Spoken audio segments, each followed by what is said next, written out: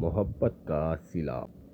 ایک گاؤں میں دو دوست رہتے تھے، عادل اور باسط۔ دونوں کا بچپن ایک ساتھ گزرتا تھا اور ان کی دوستی ہر ایک کے لیے مثال تھی۔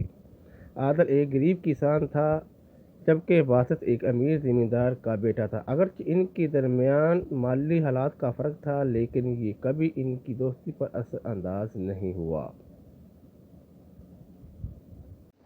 ایک دن گاؤں میں ایک مسافر آیا۔ وہ بہت بیمار تھا اور کسی کے ہاں ٹھہرنے کی درخواست کر رہا تھا۔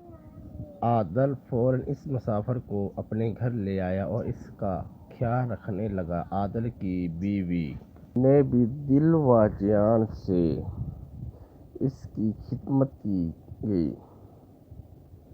دنوں بعد وہ مسافر صحتیاب ہو گیا۔ عادل کا شکریہ ادا کرتے ہوئے وہاں سے روانہ ہو گیا۔ وقت گزرتا گیا اور ایک دن عادل کو سخت مالی مشکلات کا سامنا